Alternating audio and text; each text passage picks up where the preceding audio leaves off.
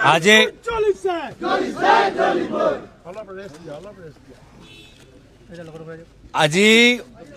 অসমৰ মানুহৰ আটাইতকৈ ডাঙৰ সমস্যা কি? সেই সমস্যা হ'ল যে তেওঁলোকৰ ভূমি পট্টা নাই, মাটি পট্টা নাই। আৰু আজিৰ তাৰিখত তেওঁলোকে চৰকাৰৰ পৰা কি বিচাৰে? কি নিজৰ ভূমি সুৰক্ষিত হৈ থাকক, তাৰ বাবে মাটি পট্টা দিয়ক। আৰু এইখন চৰকাৰে কি কৰিলে? দুখীয়া মানুহক মাটি পট্টা দিয়াতকৈ মুখ্যমন্ত্ৰী পৰিবাৰে নিজৰ নামত কিমান নামজাৰি কৰি এতিয়া বৃহত্তৰ পৰিয়ালৰ ওচৰত প্ৰায় 12,000 বিঘা মাটি আজি অসমৰ ভিতৰত তেওঁলোকৰ দখলত আছে। প্ৰায় 12,000 বিঘা মাটি, যি সময়ত আমাৰ বাগানৰ শ্ৰমিকসকলৰ ওচৰত মাটি পট্টা নাই, যি সময়ত আমাৰ অসমৰ বঙালী মানুহৰ ওচৰত মাটি পট্টা নাই, যি সময়ত আমাৰ অসমৰ গোৰ্খাসকলৰ ওচৰত মাটি পট্টা নাই, যিসকল আমাৰ অসমৰ আহোম, চুতীয়া, আমাৰ কোচ ৰাজবংশীৰ ওচৰত মাটি পট্টা নাই, সেই সময়ত দুখীয়া মাটি পট্টা প্ৰদান কৰাতকৈ মুখ্যমন্ত্ৰী হিমন্ত বিশ্ব শৰ্মা ডাঙৰীয়া নিজৰ পৰিবাৰ, নিজৰ পুত্ৰ, নিজৰ বৃহত্তৰ পৰিয়ালৰ সদস্যৰ নামত প্ৰায় 12,000 বিঘা মাটি নিজৰ পৰিয়ালৰ বিভিন্ন সদস্যৰ নামত আনিবলৈ সক্ষম হৈছে। আৰু ক'ত এই মাটি?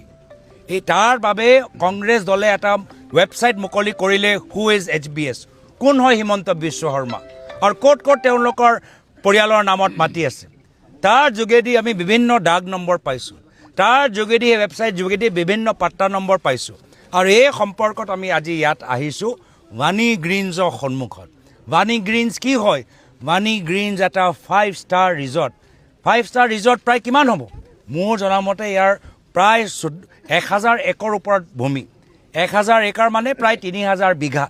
প্ৰায় 3,000 বিঘা ইয়াত তেওঁলোকৰ দখলত তেওঁলোকে লাহে লাহে আনিবলৈ সক্ষম হৈছে।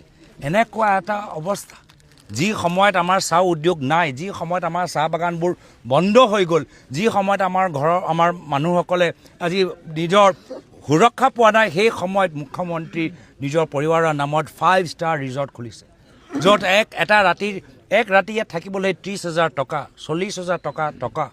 তো সেইকাৰণে আজি এয়া হ'ল বাস্তৱ মুখ্যমন্ত্ৰী হিমন্ত বিশ্ব শৰ্মা। তেখেতৰ বাস্তৱ চৰিত্ৰ, তেখেতৰ মাটিৰ প্ৰতি লোভ, তেওঁলোকৰ ধনৰ প্ৰতি লোভ, সেই লোভ যে কেতিয়াও সম্পূৰ্ণ হ'ব নোৱাৰে, সেইখিনি কথা আমি ৰাইজৰ মাজত আমি দেখাই দিছোঁ। আৰু সেইকাৰণে আমি কৈছোঁ যে এই পৰিয়ালৰ ওচৰত প্ৰায় অসমৰ 12,000 বিঘা মাটি আছে। 40,000 বিঘা মাটিটো আদানী আম্বানীক, তেওঁলোকে জনজাতিসকলৰ মাটিটো আদানী আম্বানীক প্ৰায় 40,000 মাটি ইতিমধ্যে সমঝাই দিছে। তো যদি নিজৰ মাটি বচাব লাগে, তেতিয়া আমি হিমন্ত বিশ্ব শৰ্মা চৰকাৰক অসমৰ পৰা খেদিব লাগিব, আৰু যাৰ ফলত আজি ইয়াৰ অঞ্চলৰ ৰাইজবোৰো একত্ৰিত হৈছে। আৰু সেইকাৰণে আমি আগবাঢ়ি গৈছোঁ, য'ত অসমৰ ৰাইজে আমাক দেখাই দিয়ে কি ক'ত তেওঁ হিমন্ত বিশ্ব শৰ্মা ডাঙৰীয়া পৰিয়ালৰ মাটি আছে, তাত কংগ্ৰেছৰ দলবোৰ যাবগৈ।